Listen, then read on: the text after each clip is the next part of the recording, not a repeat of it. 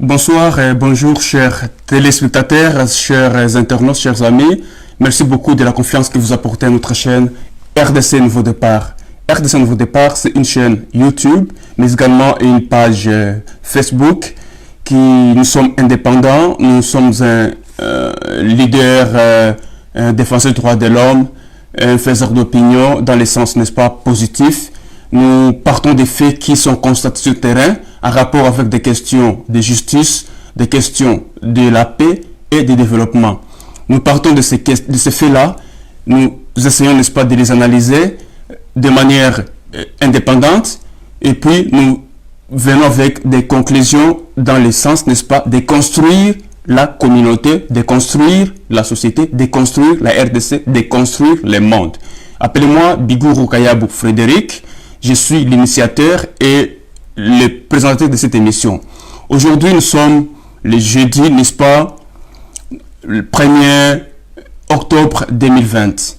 C'est la date historique, la date, je dirais historique parce que en RDC et même dans le monde entier, n'est-ce pas, dans certains pays bien entendu, les militants, ceux-là qui croient à la justice, n'est-ce pas, ont organisé une marche pour demander la mise en pratique des recommandations contenues dans les rapports mapping. Si vous voulez en savoir plus, si vous voulez savoir beaucoup plus sur la question des rapports mapping, vous pouvez visiter notre chaîne YouTube. Il y a des missions que nous avons déjà organisées à ce sujet-là. Et n'oubliez pas de vous abonner, s'il vous plaît, parce que nous faisons un travail qui a un objectif purement éducatif, qui a une mission de sensibiliser la population congolaise et la population du monde entier sur leurs droits. Nous partons du principe selon lequel toute personne a le droit de s'exprimer librement, n'est-ce pas?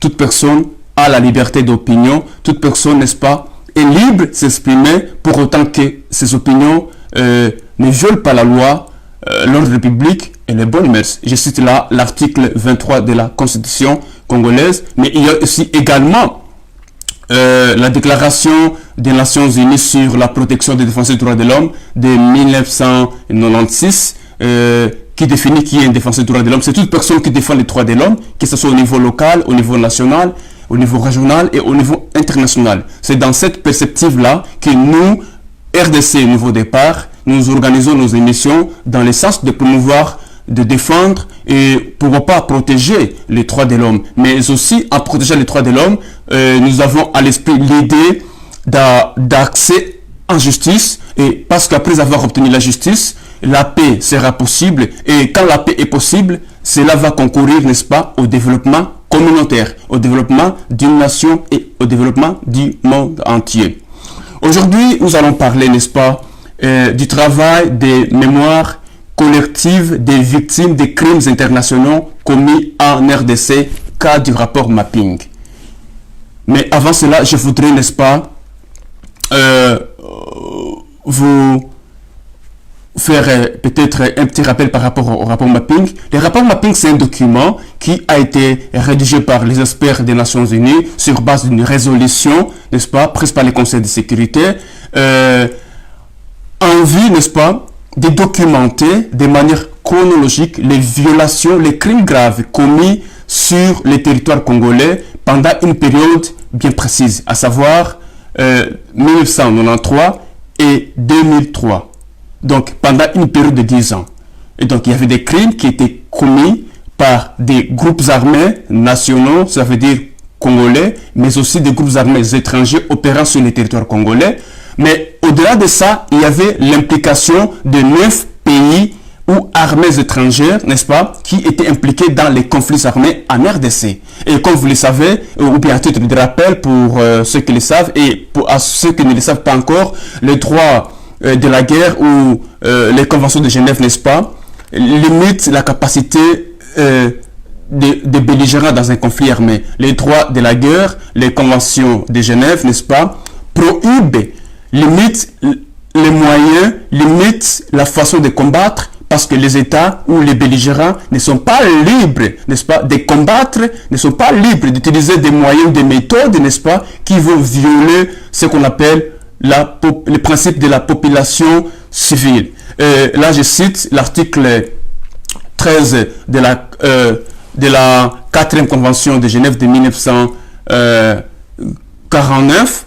Il y a aussi l'article 44 de la même convention. Il y a aussi l'article 73 du protocole additionnel aux conventions de Genève, n'est-ce pas, de 1900, ça veut dire le protocole de 1977. Mais aussi, ce principe, n'est-ce pas, de la protection de la population civile a été appliqué à l'occasion de plusieurs affaires devant les juridictions ZAD-OG, ça veut dire les juridictions internationales. Je cite le tribunal pénal pour l'ex-Yougoslavie et le tribunal pénal pour le Rwanda, basé à Arusha. Mais à l'occasion de l'affaire, n'est-ce pas, Tadic, Blaskic, Celebic, mais aussi à l'occasion de l'affaire Akayesu au Rwanda. Donc les trois premières affaires, c'était devant le tribunal pénal international pour l'ex-Yougoslavie. La question de la protection de la population civile, n'est-ce pas, fera l'objet peut-être d'une autre émission spécifique à la prochaine. Mais quand il y avait des conflits armés en RDC, ces principes, ces articles étaient violés par les belligérants. Et c'est pour cela qu'on parle des crimes. Et ça veut dire que les populations qui étaient censées être protégées par les belligérants, donc des partis impliqués au conflit, n'avaient pas respecté ces principes. Et voilà pourquoi on parle des crimes. Et au terme des conventions de Genève, il s'agit de crimes graves. Il peut s'agir de viols, de mutilations de cadavres, de déportations de population, des actes de torture, de violences sexuelles sous toutes les formes. Et voilà, mesdames, mesdemoiselles et messieurs, nous sommes très contents de vous avoir nombreux. Mais aujourd'hui, nous allons parler de la problématique du travail de protection de mémoire collective des crimes internationaux, cas du rapport mapping. Pour cela, n'est-ce pas, nous avons notre invité, dont nous n'allons pas, n'est-ce pas, citer les noms pour des raisons de confidentialité, parce que si nous respectons des règles de protection de nos sources, de nos amis, de nos témoins, qui va, n'est-ce pas, intervenir sur appel WhatsApp et il va nous parler de cette question. Comment ça s'est fait? Pourquoi cela est-il important en RDC? Pourquoi? Parce que quand il y a crime, il faut qu'il y ait, n'est-ce pas, des victimes. Et des victimes, ce sont des personnes qui doivent être protégées. Parce que ce sont des personnes qui détiennent des secrets. Ils peuvent être des témoins oculaires ou des témoins, n'est-ce pas, qui ne sont pas oculaires. Peut-être ils ont entendu ou bien ils ont des membres des familles qui ont été victimes des crimes commis en RDC. Merci beaucoup de nous suivre. Merci beaucoup de partager les liens de cette émission. Merci beaucoup de vous abonner à notre chaîne YouTube RDC Nouveau Départ. Appelez-moi Frédéric Biguru Kayabou. Merci beaucoup d'être connecté. Merci beaucoup Maître Didier. Le thème c'est quoi? Le thème, nous l'avons dit déjà, nous l'avons annoncé. Il s'agit, n'est-ce pas, du travail de protection de la mémoire collective des crimes internationaux, cas du rapport mapping. Qu'est-ce qu'il faut faire pour protéger la mémoire collective? Nous sommes dans une situation telle que l'État congolais a vraiment saboté ce travail. Que doivent faire les ONG de défense des droits de l'homme? Que doit faire la population congolaise? Il s'agit ici d'un travail qui implique tout le monde. Donc, c'est un peu ça en bref. Mais pour plus ample détail, notre invité va, n'est-ce pas, nous édifier par rapport à cette question. Merci beaucoup, Maître Didier, notre intervenant. Nous saluons vos interventions, même nos auditeurs, n'est-ce pas, vous apprécient. Merci beaucoup. Et voilà, nous sommes en ligne avec notre invité. Bonsoir, monsieur. Bonsoir. Merci beaucoup d'avoir accepté notre invitation. Appelez-nous RDC Nouveau Départ. Moi, c'est Frédéric Bigour Kayabou. Je suis l'initiateur de cette chaîne YouTube, mais aussi la page Facebook RDC Nouveau Départ. Nous sommes une émission, une chaîne indépendante. Nous avons une mission, n'est-ce pas, de promouvoir la paix, la justice et les droits de l'homme. Pourquoi pas le développement en RDC et dans la région du Grand Lac, mais aussi dans le monde entier. Nous avons la première question que nous allons vous poser, n'est-ce pas?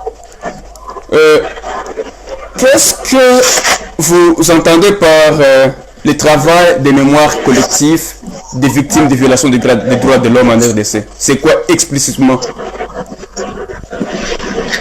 le travail de mémoire collective pour les victimes de violations des droits humains en RDC, c'est un travail de guérison collective des survivants aux crimes et aux exactions graves qui ont été commis en RDC pendant les conflits armés qui malheureusement ne sont pas encore finis. Cela suppose que nous sommes une communauté de frères et nous nous disons, bon, nous avons connu tel, un ami, un cousin, une connaissance, et nous nous reconnaissons dans son histoire et nous ne voulons pas oublier cette personne. Nous voulons tout simplement nous rappeler qu'elle a existé dans notre communauté. Avant toute autre chose, nous voulons que sa mémoire soit ravivée et revitalisée parce que c'est la seule manière de faire la paix avec cette personne dans l'au-delà.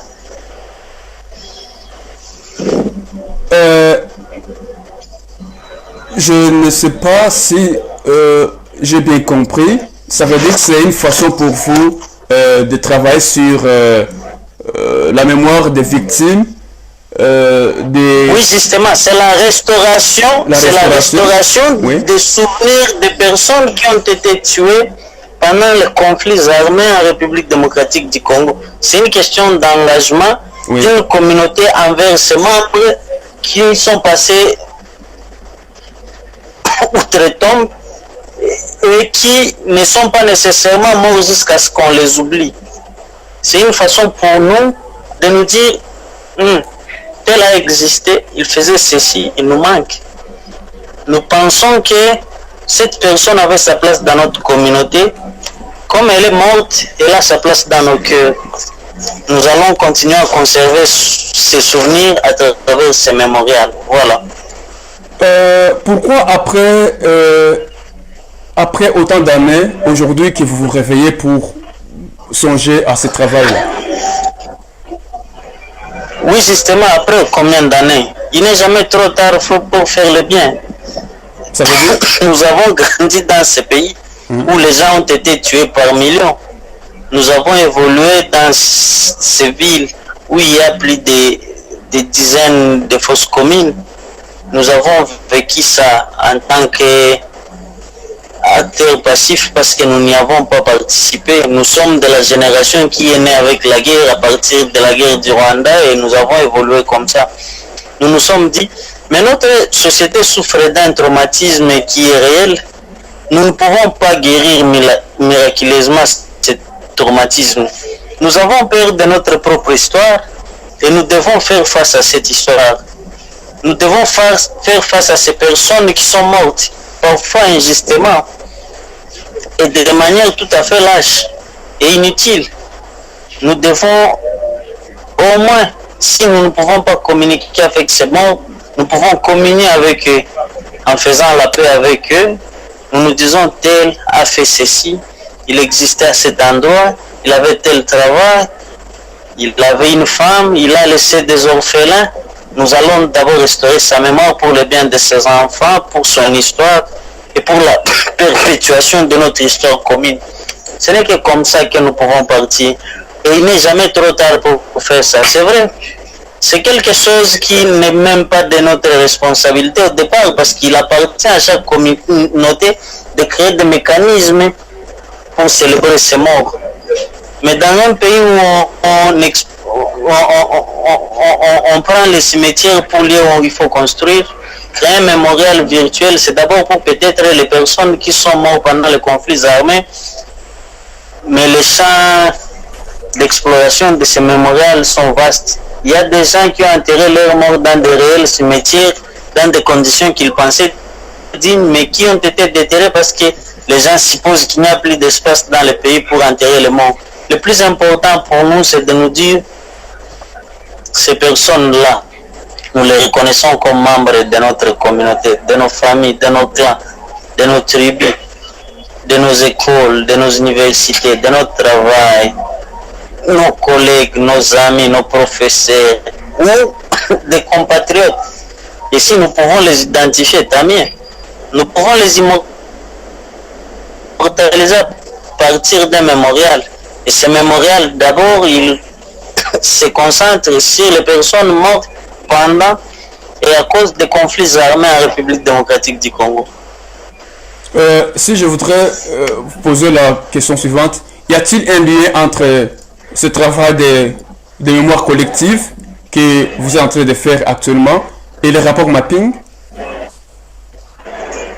Évidemment, il y a un lien entre le travail de mémoire et l'histoire. Pour moi, le rapport mapping est une compilation de l'histoire macabre de notre pays sur 10 années entre 1993 et 2003, faite par les Nations Unies, qui à un moment ont hésité même à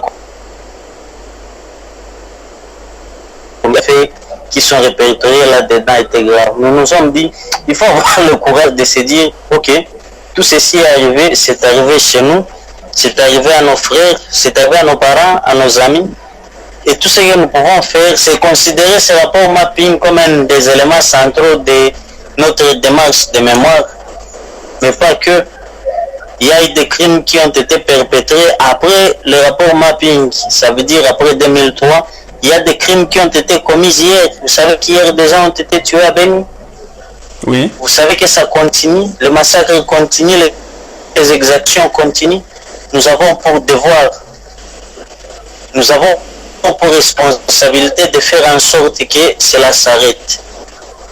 Nous n'avons pas pour mandat d'arrêter cela. Alors, nous nous sommes donnés pour mission d'abord de faire prendre à l'humanité la conscience de l'ampleur des crimes et des exactions qui ont été commis dans notre pays. Et c'est le travail sur lequel nous nous attelons. Voilà, ça a un lien avec le rapport mapping. Malheureusement, les Nations Unies n'ont cité ni les victimes à titre individuel, ni les auteurs présumés de ces crimes à titre individuel. C'est pas qu'ils n'ont pas su qui étaient les victimes ou les auteurs, non. Ils ont estimé que ce n'était pas important. Parce que les morts congolais ne sont pas importants peut-être pour l'ONU. C'est ça. Si ce n'est pas important pour des étrangers, alors c'est important pour nous. C'est à nous de dire c'est important. Nous allons travailler sur leur mémoire. D'accord. Je vais aller à la question suivante. Quelle est votre compréhension par rapport à cette phrase du président rwandais Paul Kagame parlant des crimes commis en RDC? Je cite, AFDEL est devenu le PPRD, le MLC, le RCD, etc. Selon lui, ceux-là qui dirigeaient les rébellions sont des responsables de 10 massacres. Ils vivent en RDC. Les Rwandais n'étaient venus qu'en renfort. Quelle est votre compréhension par rapport à cette citation? Il fallait rappeler au président rwandais une leçon d'histoire qui est simple. L'AFDEL est d'abord l'émanation de l'UPDF, où il a été un officier de renseignement de premier rang et il a dirigé les opérations dans ce cadre. Il a réussi sa formation aux États-Unis dans ce cadre avant de venir diriger la PR qui a combattu au Rwanda pour la prise du pouvoir et qui a été l'une des composantes importantes de la lutte de l'AFDEL pour la conquête du pouvoir face au président Mobutu. C'est vrai, la plupart de nos formations politiques, peut-être en dehors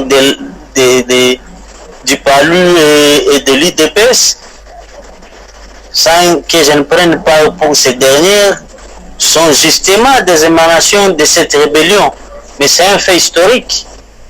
L'histoire, on ne peut pas la regarder dans un angle où elle nous est favorable. Il s'agit de regarder l'histoire dans ses faits. Et s'il faut revenir plus haut, on va rencontrer les mains noires étrangères beaucoup plus puissantes que les petits Rwandais ou les petits Ouganda. C'est donc ça la réalité de notre pays. Elle est triste. Nous la connaissons, nous la reconnaissons. Et si des étrangers s'en mêlent, c'est parce qu'ils s'en sont mêlés dès le départ. C'est peut-être parce qu'on leur a permis de le faire. Et s'ils peuvent se permettre de dire ce qu'ils veulent pour se dédouaner de leurs responsabilités, nous allons les remettre face à leurs responsabilités en leur invoquant des choses simples qui sont énumérées à travers l'histoire de l'humanité. c'est que l'AFDL ne serait pas né sans l'APR, l'APR ne serait pas né sans l'intervention de l'État de l'Ouganda avec son armée, et tout ceci ne serait pas parvenir au niveau où on en est sans l'intervention d'un certain nombre de pays occidentaux que nos dirigeants considèrent aujourd'hui comme leurs alliés. D'accord. Vous venez de citer certains des partis politiques, n'est-ce pas, qui n'étaient pas impliqués dans les crimes commis en RDC selon les rapports mapping, à savoir les PALU et l'UDPS. Mais il y a d'autres formations politiques que je n'ai pas citées. oui, oui, ce n'est pas de manière exhaustive, oui, j'ai compris. Donc la liste est longue. Maintenant, j'ai fait un constat lors de la 75e session de l'Assemblée générale des Nations Unies, tenue en vidéoconférence. Le président congolais n'a pas parlé du rapport mapping. Il n'a pas non plus parlé de la résolution prise par le Parlement européen dans le sens de demander au Conseil de sécurité des Nations Unies de prendre à son tour une résolution portant création du tribunal pénal international pour le Congo. Pourquoi l'UDPS, un parti qui n'est pas impliqué dans la commission de 10 crimes, ne peut pas avoir le courage, n'est-ce pas, de soutenir les efforts de la société civile et du docteur Mukwege et de tous ceux-là qui luttent pour la mise en application des recommandations contenues dans les rapports mapping. Quel est votre entendement par rapport à ça? Vous posez peut-être la question à la mauvaise personne. Oui, ça veut Parce dire... que vous me dites pourquoi l'IDPS. Je ne suis pas membre de l'IDPS. Je ne suis pas membre du directoire politique du mouvement. Oui. Je ne suis pas conseiller du chef de l'État.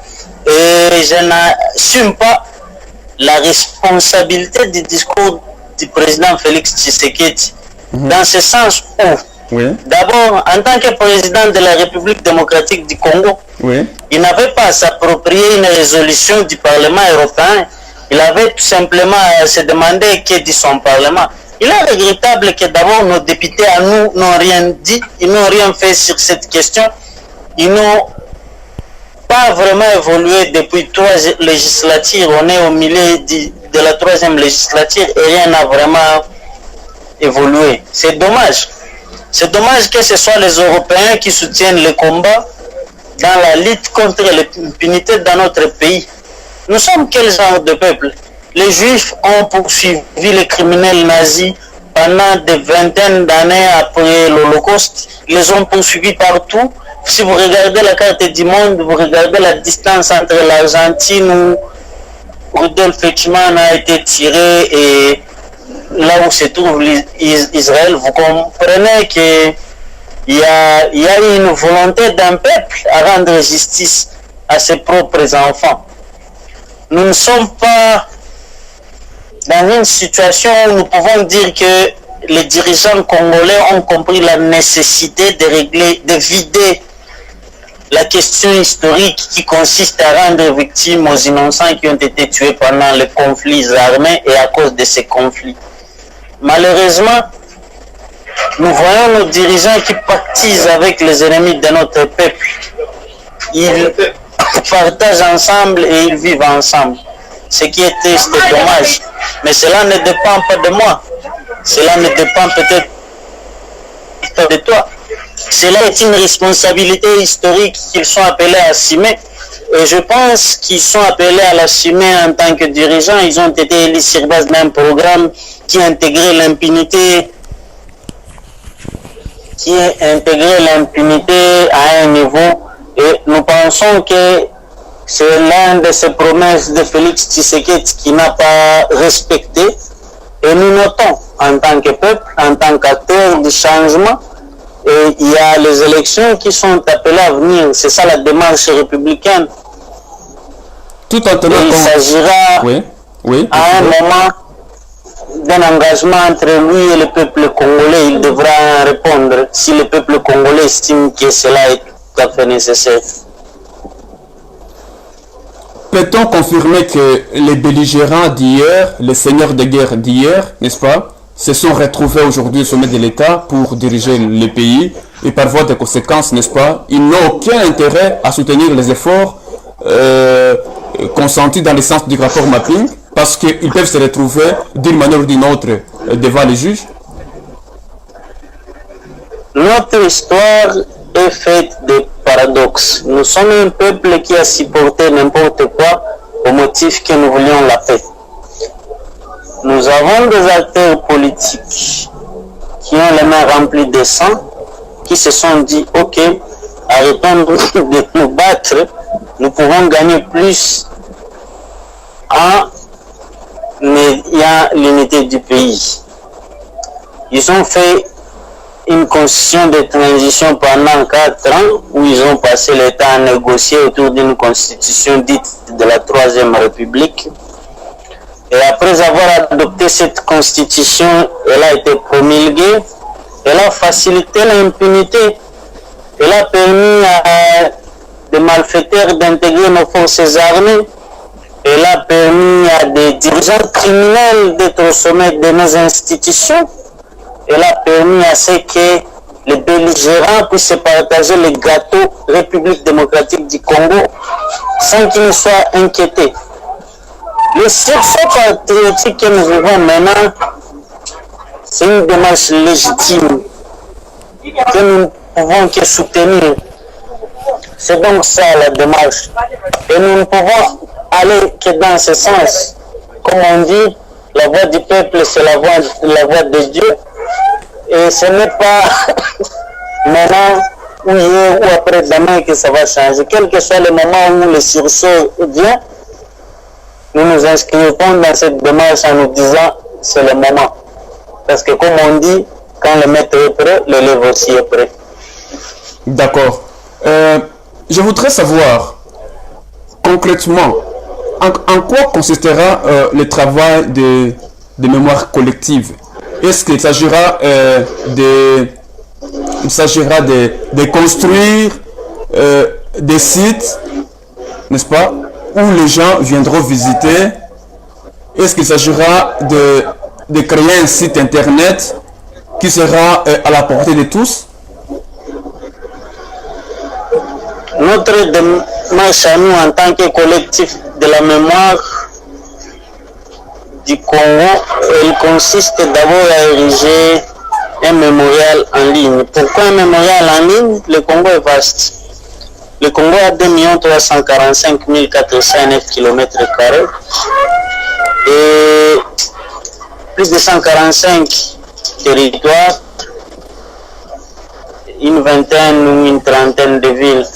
Ce que nous avons constaté, c'est que chacun de ces éléments territoriaux ont été théâtres de massacres, de crimes, des exactions, de viols à répétition, d'assassinats ciblés et de tueries en tout genre, de bestialités inimaginables. Les gens ont été enterrés dans des fosses communes à la hâte. Et cela sont des faits que nous ne pouvons que regretter et constater. Notre devoir, c'était de nous poser la question de savoir comment nous pouvons raviver et revitaliser l'histoire de ces compatriotes qui ont été enterrés, qui ont été tués dans ces conditions-là.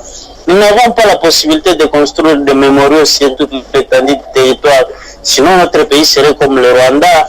Si nous commençons à déterrer tous nos morts, c'est un travail légitime, nous devons les déterrer pour les enterrer correctement, mais nous n'avons pas la capacité de faire ça.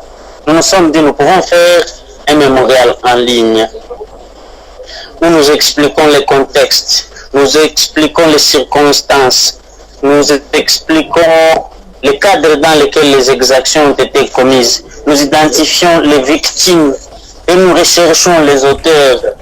Et nous demandons quels sont les mécanismes de justice qui peuvent être appliqués et nous essayons de voir quels sont les mécanismes qui peuvent être appliqués à ces questions et nous essayons de voir aussi qu'est-ce qui a été fait dans d'autres pays et c'est ça justement la démarche de notre mémorial.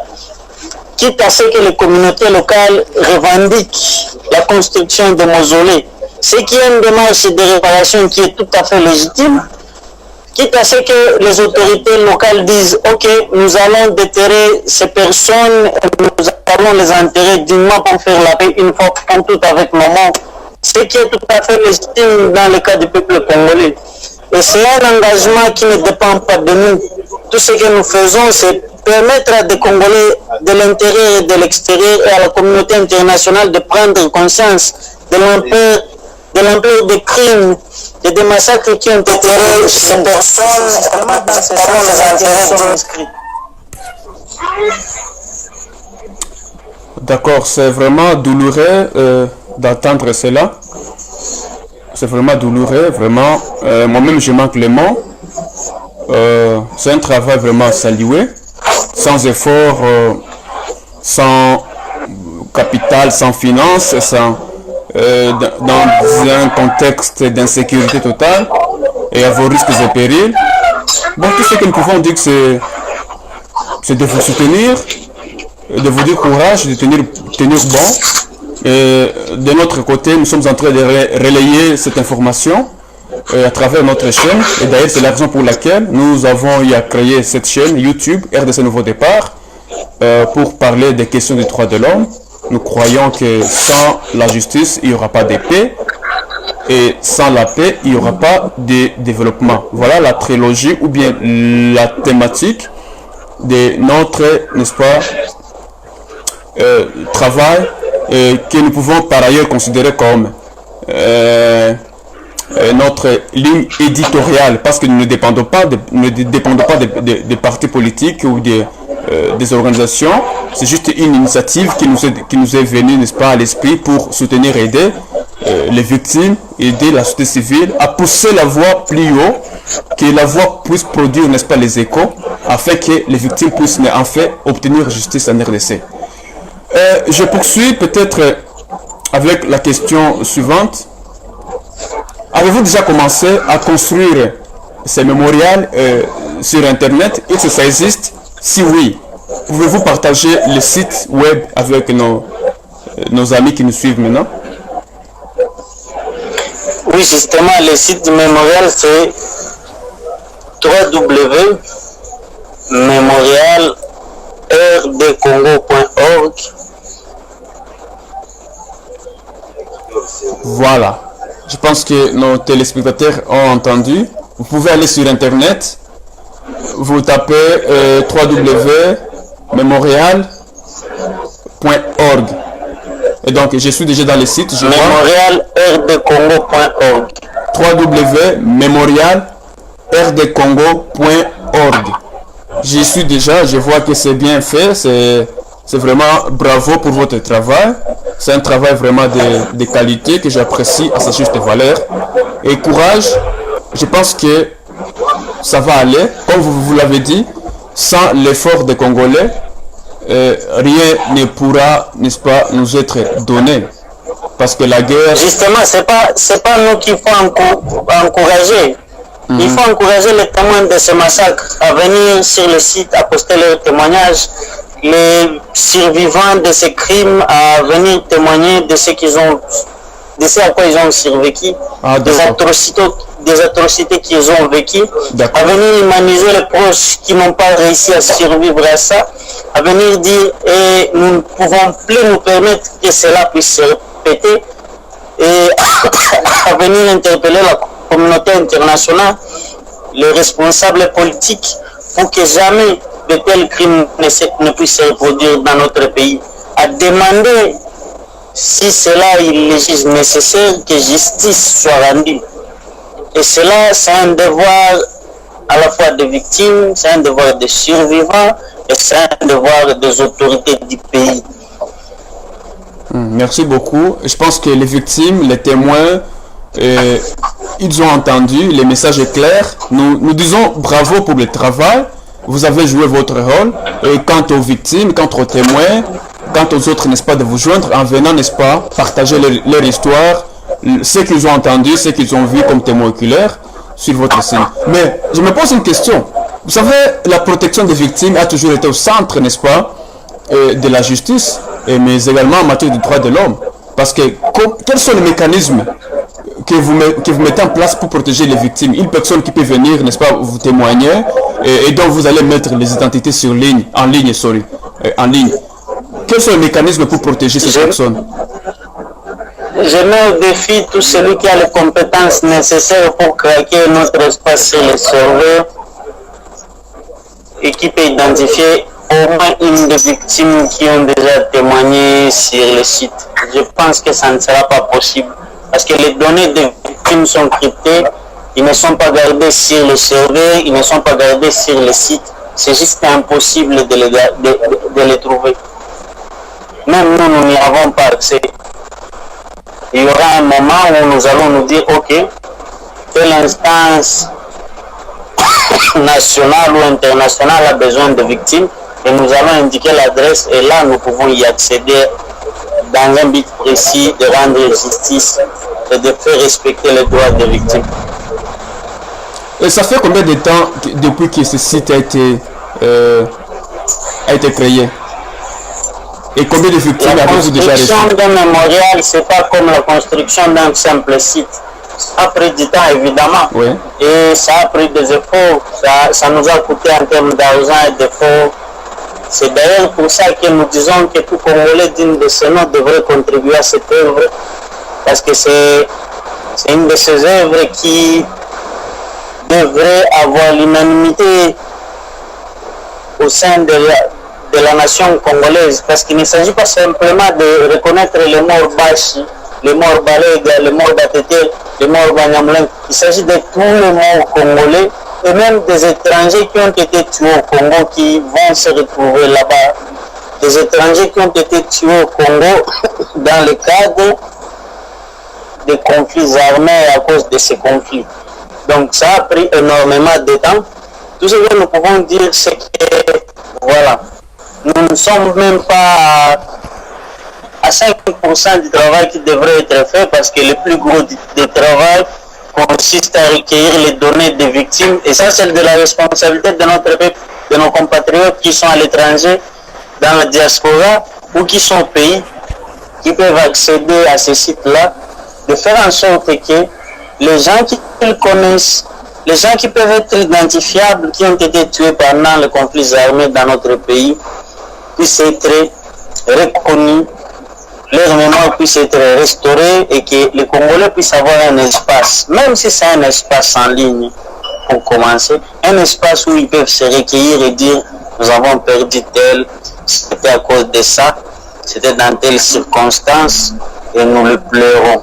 Nous faisons notre deuil et au besoin réclamer justice, parce que le mémorial c'est aussi un outil de réclamation de justice, de conscientisation et de mobilisation populaire.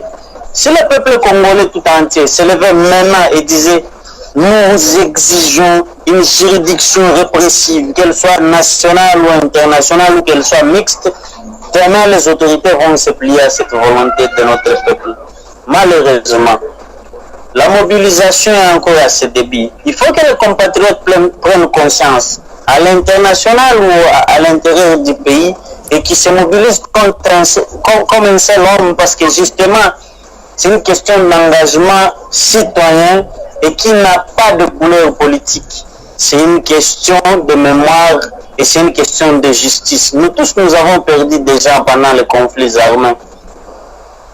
Oui. Et nous devons rendre justice à ces âmes. Nous devons restaurer leur mémoire. Nous devons réhabiliter ces personnes et nous assurer que ces personnes ont leur place à la fois dans nos cœurs, dans nos esprits et dans notre espace qui est le monde, l'humanité de Dieu. Oh. C'est vraiment horrible. Pensez-vous, avez-vous besoin de l'appui du gouvernement congolais? Normalement, le travail que nous faisons, ça devrait normalement être un travail du gouvernement congolais. Dans la plupart des cas où un travail de restauration de mémoire a été fait, c'est la prise de conscience de l'autorité publique qui fait en sorte que la restauration de la mémoire des victimes de conflits puisse être effectuée. Le gouvernement congolais a cette responsabilité. Si le gouvernement n'assume pas son rôle, nous avons pour devoir et pour mission de nous assurer que ce travail soit fait. Nous le faisons. Si le gouvernement décidait demain de se charger de ce travail, nous allons prendre toutes les données à notre disposition et nous assurer que ces données soient rendues à des personnes qui peuvent s'en occuper mieux que nous, à condition que le gouvernement congolais puisse être un gouvernement qui rassure. Merci beaucoup pour vos explications. Et nous sommes à la fin peut-être de cette interview avec vous. Je rappelle que dans le rapport mapping, les enquêteurs avaient suggéré qu'il y ait la recherche de la vérité. Ils avaient aussi suggéré les mécanismes judiciaires. Ils avaient aussi suggéré les réparations, mais aussi des réformes institutionnelles. Là, nous sommes à la page 991, ou bien 991, n'est-ce pas? Alors, Oui, justement, c'est ce que nous appelons des droits.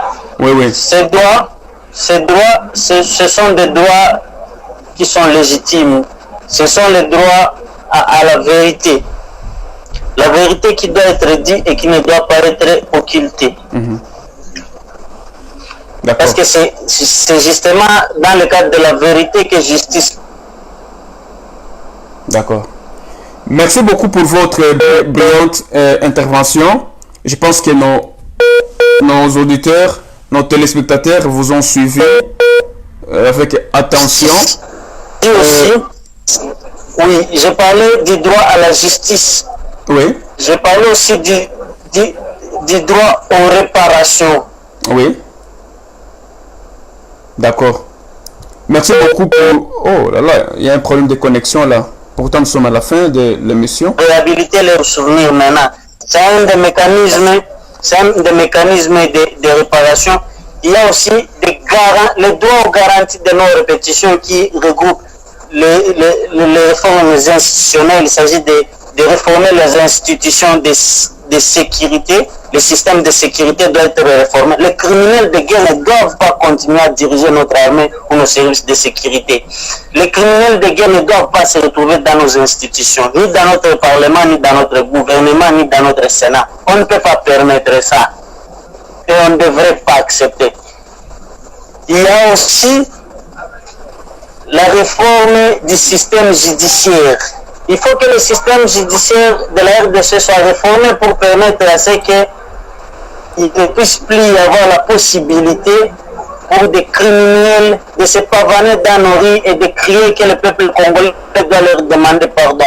C'est justement ça les unes des plus grandes recommandations du rapport mapping. Mais nous nous y appuyons justement pour rappeler aux Congolais que ce n'est que leur devoir et leur responsabilité de faire en sorte que les dirigeants puissent réclamer, par exemple, le mécanisme de justice internationale ou des chambres mixtes dans notre juridiction nationale pour que les responsables des crimes graves qui ont été commis chez nous puissent répondre de leurs actes. D'accord. C'est un peu ça globalement. Merci beaucoup pour votre brillante intervention. Ce soir, nous sommes édifiés. Nous venons d'apprendre beaucoup sur le travail collectif ou le travail de mémoire collective en faveur des victimes des crimes internationaux commis sur le territoire congolais en RDC, n'est-ce pas, tel que documenté par les rapports mapping. Quel est votre mot de la fin?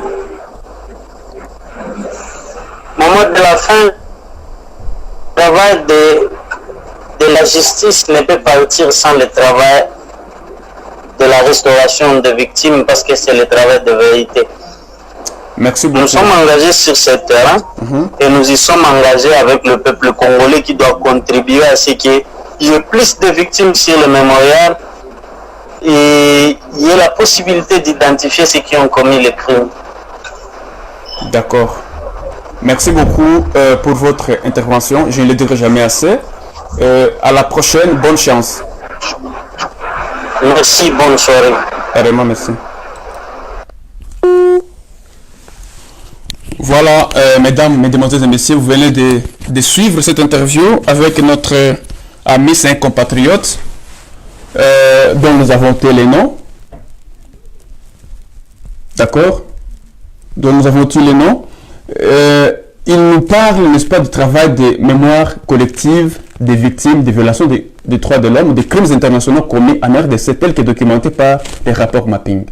Donc, ici, en résumé, il faut noter que c'est un travail qui va consister à mettre à jour les données de ces victimes-là, des témoins, toute personne qui a été victime ou témoin des violations des droits de l'homme pendant la période documentée, couverte par les rapports mapping, peut les contacter à leur site. Ils vont prendre contact avec eux et ils vont vous orienter par rapport à d'autres dispositions ou d'autres mesures à prendre pour, n'est-ce pas, arriver à cette fin. Et le travail de la justice implique aussi le travail de mémoire collective, parce que s'il n'y a pas de justice, s'il n'y a pas le travail de mémoire collective, je pense que les victimes seront toujours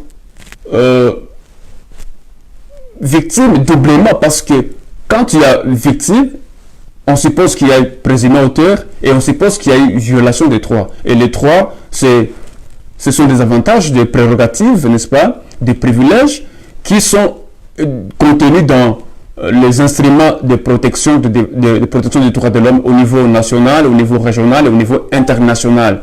Je pense que c'est très important vraiment. Il faut saluer le travail de ces jeunes, mais il dit que c'est un travail qui va nécessiter l'implication de tout le monde. Donc, c'est tout le monde qui doit s'impliquer, les autorités congolaises, la population congolaise, la société civile, et nous saluons ceux-là qui s'y sont déjà impliqués. Merci aux avocats du barreau du Sud Kivu, ici à Bukavu, qui ont eu, n'est-ce pas, à manifester leur soutien, attachement au rapport mapping, au docteur Mukwege, parce que sans la lutte, on n'aura rien. Sans justice, il n'y aura pas de paix. Et donc, c'est une logique qui est très normale et qui doit, n'est-ce pas, nous conduire dans tout ce que nous faisons. Appelez-moi Frédéric Bigour Kayabou. Je suis l'initiateur de cette chaîne YouTube et la page Facebook RDC Nouveau Départ. Et nous faisons parler des victimes des violations des droits de l'homme, mais nous faisons, n'est-ce pas, dans le sens que nous protégeons leurs identités, parce que nous tenons compte de leur identité. Et si vous avez aussi quelque chose à communiquer, à parler, c'est le moment, vous pouvez nous contacter à notre adresse email rdcnouveaudépart@gmail.com. RDC Nouveau Départ en un seul mot @gmail.com, ou à notre numéro de téléphone WhatsApp qui est n'est-ce pas, disponible sur notre page Facebook RDC Nouveau Départ. Merci beaucoup, bonsoir. N'oubliez pas de partager cette émission. N'oubliez pas, n'est-ce pas, de vous abonner à notre chaîne YouTube RDC Nouveau Départ. À la prochaine.